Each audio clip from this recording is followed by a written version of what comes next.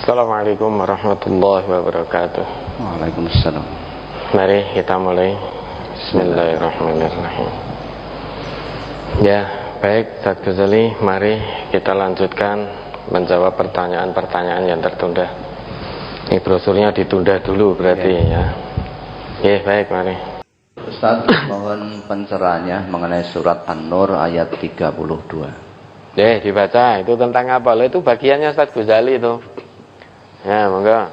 Surat An-Nur nomor surat 24 ayat 32. Wa ankihul ayama minkum was-solihina min ibadikum wa imaikum iyakunu fuqara ayughnihimullahu min fadlih wallahu wasi'un alim.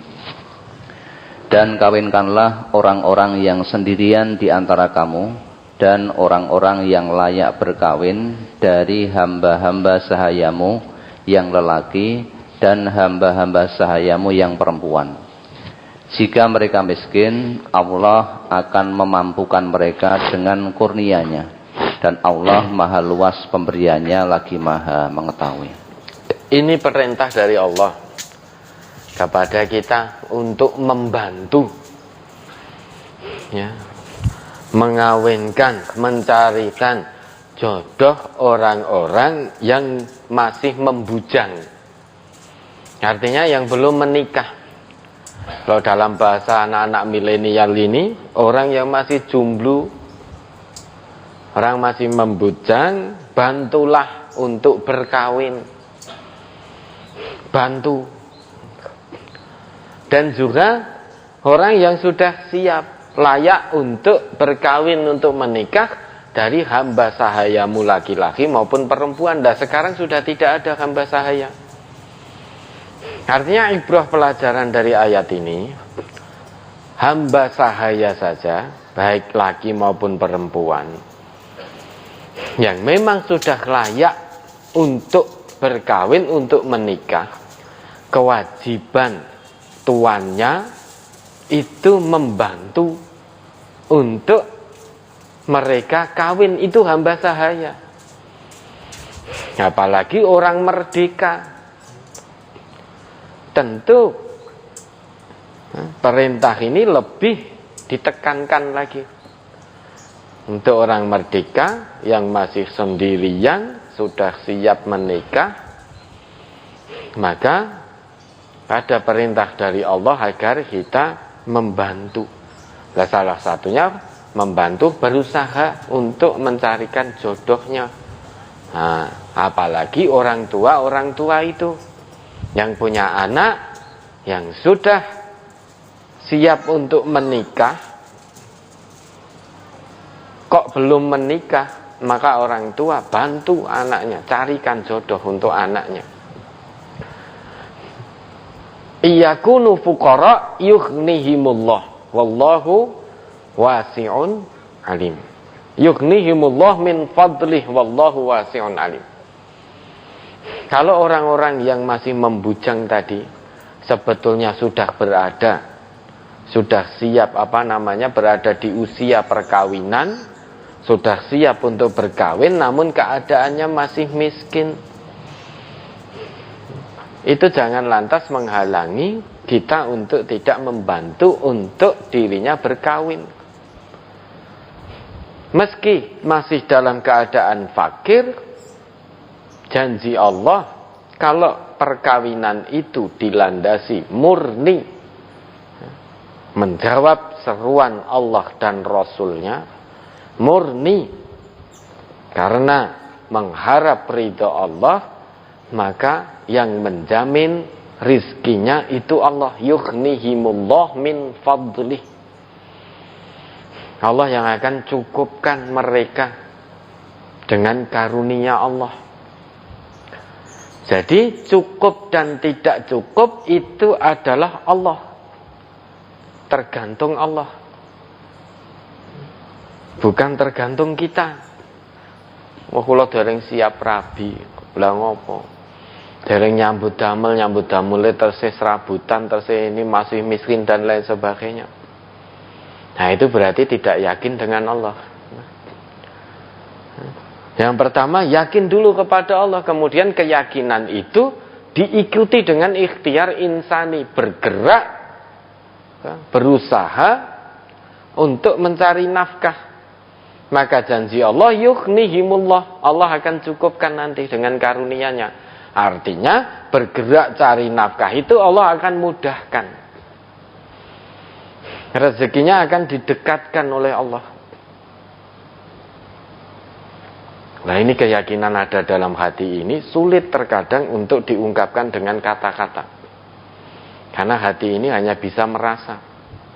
Yang penting yakin betul kepada Allah. Sudah, jangan pernah ragu kepada Allah. Jangan pernah ragu dengan janji-janji Allah. Meski saat ini masih dalam keadaan fakir, dalam keadaan miskin, namun karena keyakinannya kepada Allah betul-betul shadiq, ingin nikah, tujuannya menjawab seruan Allah, seruan Rasul, bukan untuk tujuan yang lain-lain, maka tanamkan keyakinan dalam hati.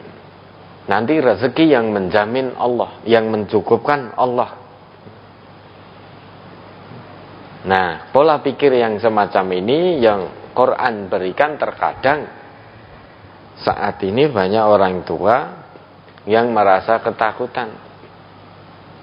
Biar nek anake dapat jodoh orang yang kurang mampu. Terkadang kita pun juga demikian bahasa kita.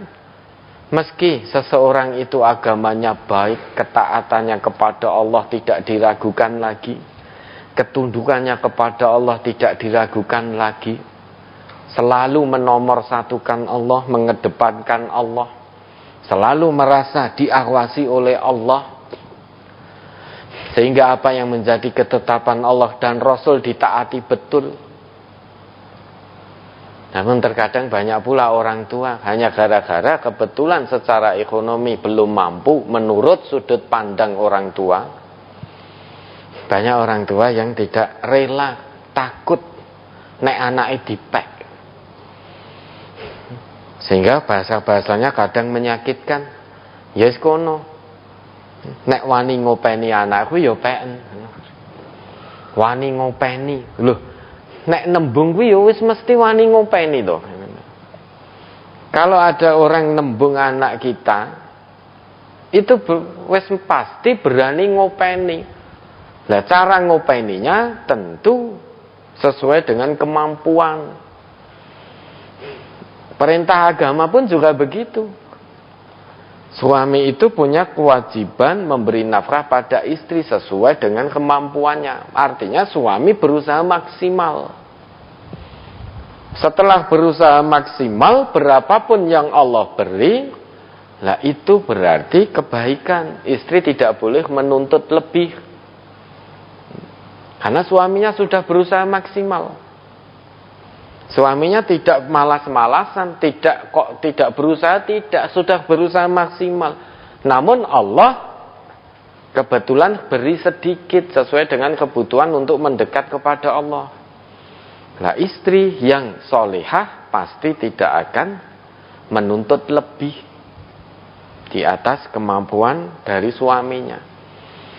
Nah, ini salah satu kenapa kita diperintahkan oleh agama kita mencarikan jodoh putra-putri kita yang agamanya baik.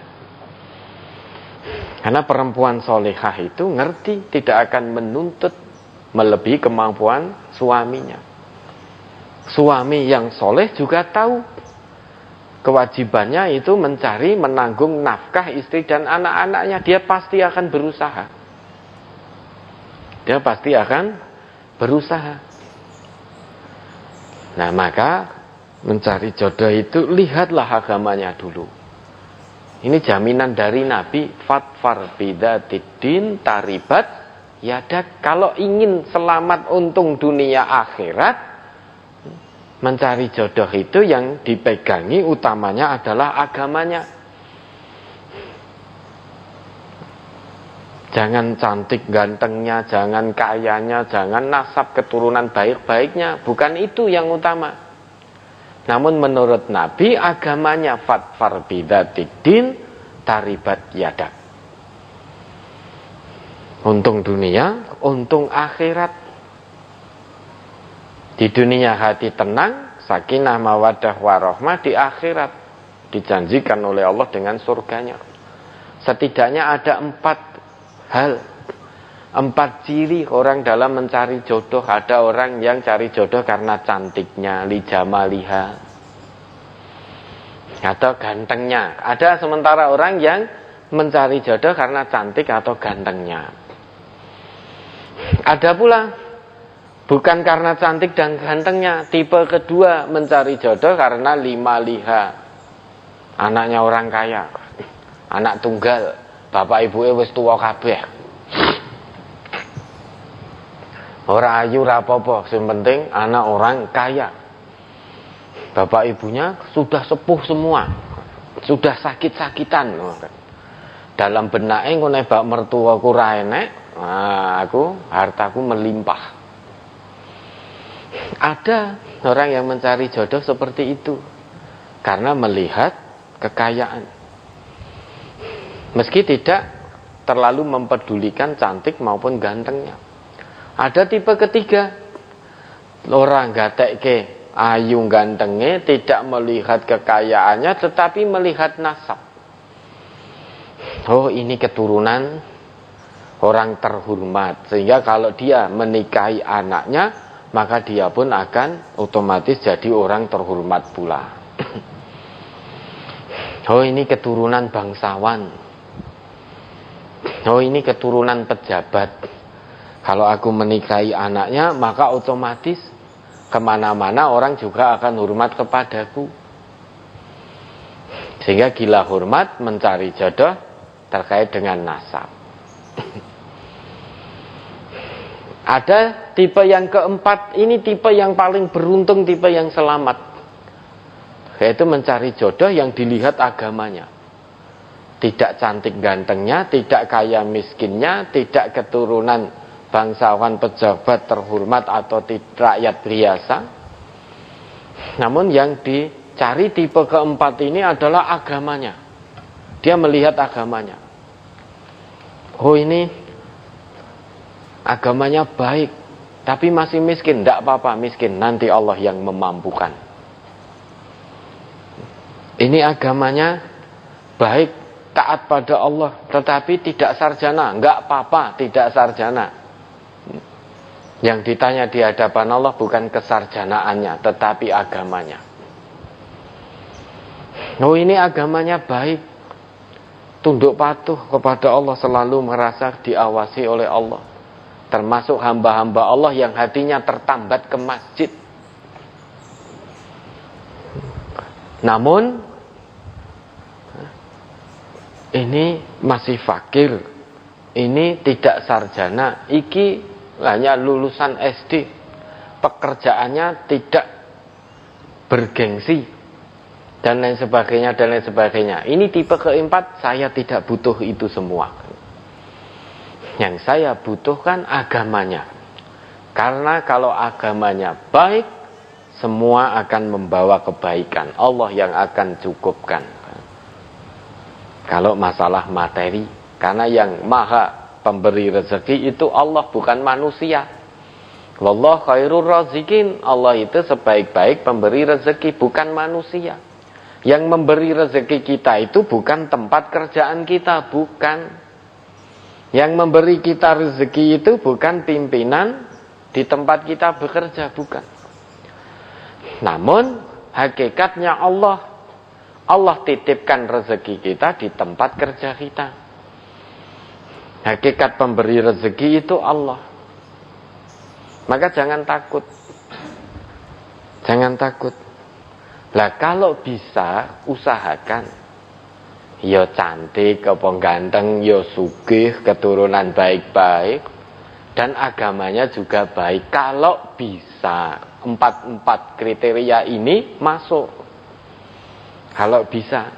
Kalau tidak bisa, maka yang dipilih adalah agamanya. Nah, ini kurang lebih ayat, maksud dari ayat itu. Nah, ini tugasnya beliau ini, Ustaz Ghazali, membantu mencarikan. Kalau syaratnya sulit-sulit, ya beliau ya kesulitan nanti. Harus S2, harus S3, harus sarjana. Beliau juga akan kesulitan. Harus sarjana. Iki sulate rapate apik ning ki S2. Ya wis ora apa-apa engko sulate dibina, sing penting S2. Terbolak-balik. Salat saja Allah saja ditinggal apalagi kamu gitu loh. Allah saja ditinggal apalagi kamu. Maka jangan mudah-mudah mengatakan wis ndak masalah. Nanti salatnya dibimbing, dibina. Sing penting wis S2, sing penting wis sarjana, sing penting wis sugih. Perkara salate akhlake nanti sambil melaku. Itu terbalik. Urusan dunianya yang nanti sambil jalan. Jadi agamanya dulu, akhlaknya dulu. Kalau akhlaknya baik, dunianya yang akan ngatut. Jangan punya pola pikir terbalik. Wis yang penting sugih sik. Ora salat rapopo, engko dikandani alon-alon. Nah, ini pola pikir terbalik. Yang penting S2 atau S3 sik. Yang penting ASN dulu. Nah, perkara urung sregep salat, akhlake cek elek, ya engko dikandani alon-alon. Lebih takut kehilangan kesenangan duniawi daripada kesenangan ukhrawi. Sekarang yakin kalau punya pasangan akhlaknya tidak baik, Allah saja ditipu. Jangan harap rumah tangganya sakinah mawaddah warahmah. Ya, maka jangan punya pola pikir yang terbalik. Itu terbalik kalau begitu itu. Engko salate wae alon-alon. Penting wis sugih daripada ijik melarat. Ning salate apik, lha apa arep mangan salat? Apa arep mangan akhlak? Kan mangane ya sego. Nah, itu pola pikir terbalik yang semacam itu. Tidak yakin dengan janji Allah, tidak yakin dengan janji Rasulullah. Maka akan menemui apa kalau punya pola pikir seperti itu? Ya, ada lagi.